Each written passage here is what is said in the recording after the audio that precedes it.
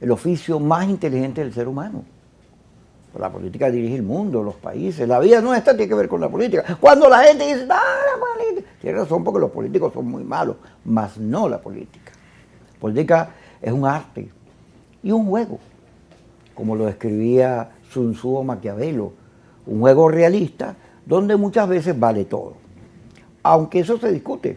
Martin Luther King solía decir que cuando se dice que el fin justifica los medios, bueno, al final termina siendo como eres. Si tú eres malo porque quieres tomar el poder, cuando llegues al gobierno serás igualito de malo porque te habrás convertido en esa frase, cuando sales a cazar monstruos terminas convertido en uno de ellos.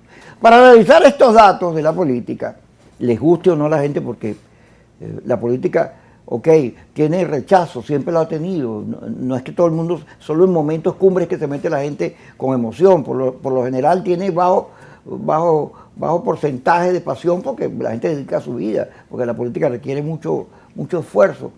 Y entonces piensa la gente, ay, a mí no me interesa la política. Bueno, es un problema suyo, la política sigue caminando y los políticos siguen haciendo política. Para analizar todas estas cosas, así de crudo, arranco crudo, tengo aquí a Luis Vicente, que cada vez que se encuentra yo lo traigo. Porque a mí me cuesta reconocerlo, porque yo en una época, ¿te acuerdas? Me metía con todo el mundo, que yo soy muy peleón. A pesar que soy pacífico democrático, soy peleón, porque soy periodista, y los periodistas tienen que ser así, tienen que producir los debates, aunque a la gente no les guste. Entonces, Luis Vicente siempre ha venido diciendo más o menos cosas coherentes. Tú has venido hablando de eso, de la política, como un hecho inteligente, y de lo que quiere la gente, y cómo los políticos ven lo que quieren ver, pero no ven las realidades, que no solo las encuestas marcan el país, tú te las consigues en la farmacia, en la calle, la gente diciendo lo mismo. Ahora, esta última ómnibus señala que el rechazo a la política creció. Porque cuando tú ves los partidos, ¡wow! El mayor AD, que está partido, por cierto, es un partido que está partido, que tiene 3%. La MOLA, mágica tarjeta, 1%.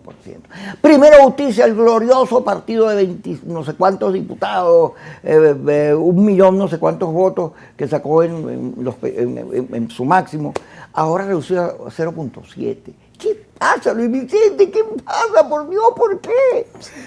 Pues yo creo que hay como dos niveles distintos. El primero, lo mencionaste, es el interés que tiene la gente en estos temas. Y eso no quiere decir que la población no quiera cambios.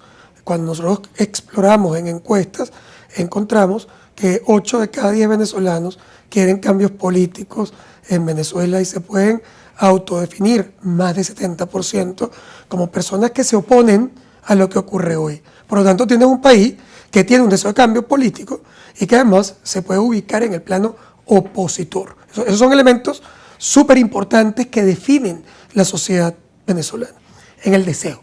Pero ¿qué pasa? Cuando tú le preguntas, a ver, ¿tú crees? No es lo que quieres, sino lo que tú crees. ¿Tú crees que se puede producir ese cambio que deseas en los próximos 12 a 24 meses?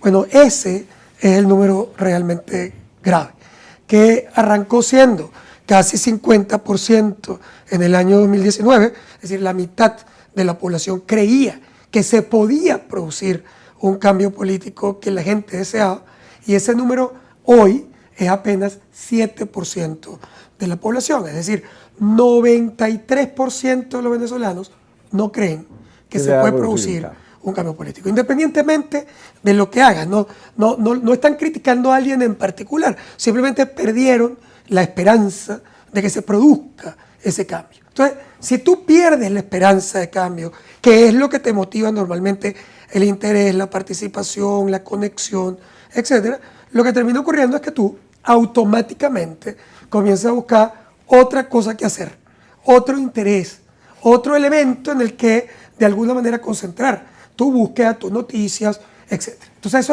explica porque, por ejemplo, una Venezuela que la búsqueda de noticias políticas a lo largo de 25 años fue el número 1 en la búsqueda de noticias, en el interés en noticias en medios tradicionales o en medios alternativos, resulta que hoy La, perdón, la búsqueda política es la número 14 de la búsqueda de noticias en Venezuela.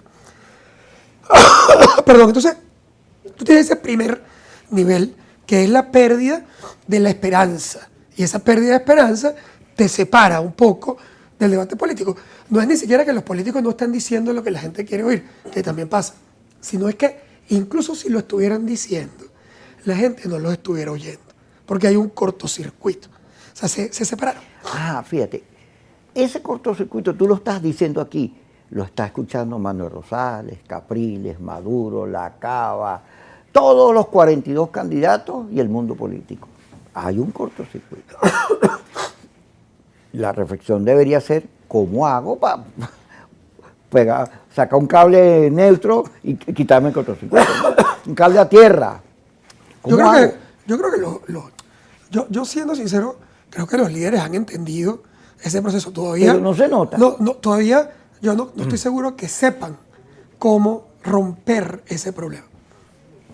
Pero la identificación del problema sí la tienen. Lo ves, por ejemplo, recientemente, los líderes están intentando mandar mensajes distintos a lo convencional. Por ejemplo, hace apenas un año y medio, si nos ubicamos en ese plano, tú oías a la mayoría de los líderes políticos en contra de cualquier negociación con el gobierno, en contra de por ejemplo, negociar paquetes que incluyeran la posibilidad de reinserción de Venezuela en el mercado internacional, porque sentían que cualquier reinserción de Venezuela en el mundo petrolero o en el mundo financiero significaba fortalecer a Maduro.